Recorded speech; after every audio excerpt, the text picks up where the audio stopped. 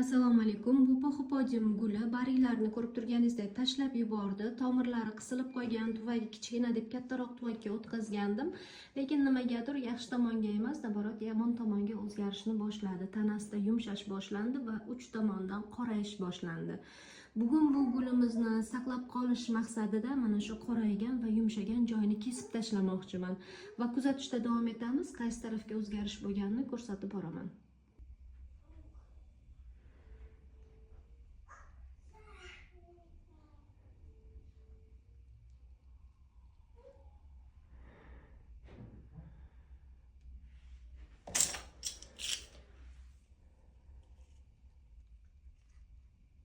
Bismillahirrahmanirrahim.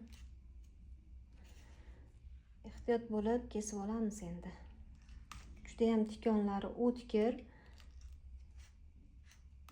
Voy.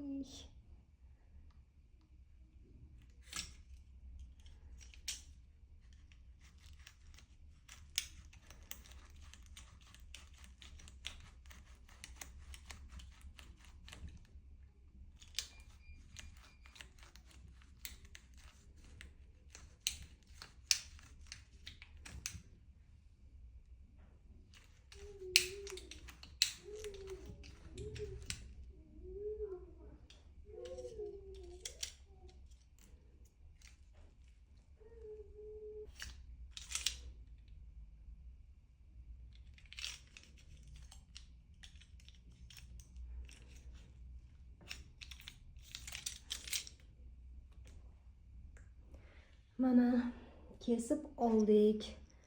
Gulimizni tanasi qoraymagan ichi, lekin yumshash bor mana. Yumshab turibdi. Shunaqa yumshagan. Gulimiz mana shunaqa ko'rinishda bo'ldi. Hozir kesilgan joyini ham ko'rsataman. Tanasi yumshab turibdi. Mana e'tibor bering, yumshoq.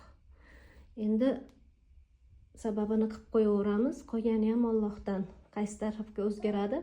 Xudo xohlasa ko'rsataman yana. Endi qo'ldan kelguncha harakat qilamiz saqlab qolishga. Mana bu o'g'ilni maydalangani, mana shundan sepib qo'yamizda. Kesgan joyimizni obработка qilib qo'yamiz. Iloji bo'lsa bundan ham mayda qilib ezib surib qo'yish kerak.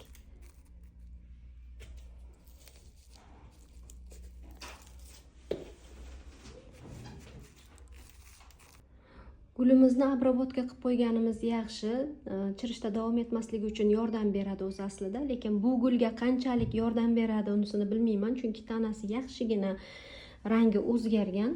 Mana pastki tomoniga qarasangiz yashil rangda. Mana shu yerlargacha, qana hozir tochni joyini ko'ramiz.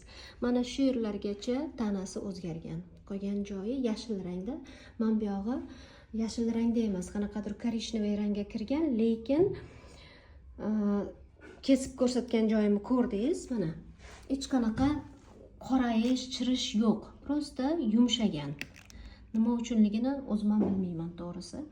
Qani endi bu tarafini ham tashlab yubormaymiz. Bu tarafini ham mana shu joyiga hozir ozgina karniven bilan o'g'il tabletkani aralashtiraman-da, shu yerga surib qo'yaman-da, bir kunga quritishga qo'yaman. Bir kunga quritishga qo'yganimdan keyin xuddi mana shunaqa universalniy tuproq tayyorlab olaman.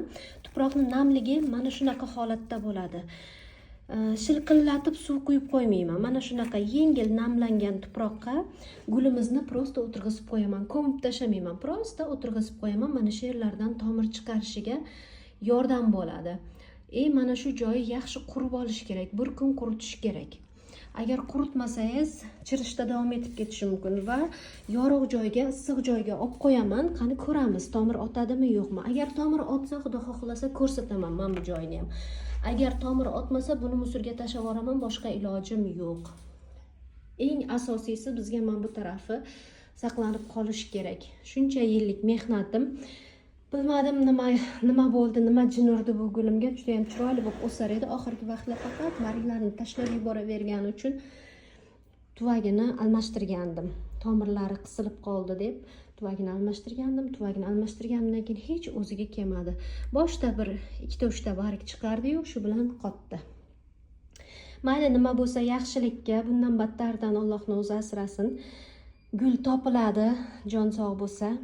Kanalimda mehmon bo'lsangiz obuna bo'lishni unutmang, videolarimizga like bosing va keyingi videolar orqali ko'rishguncha salomat bo'ling.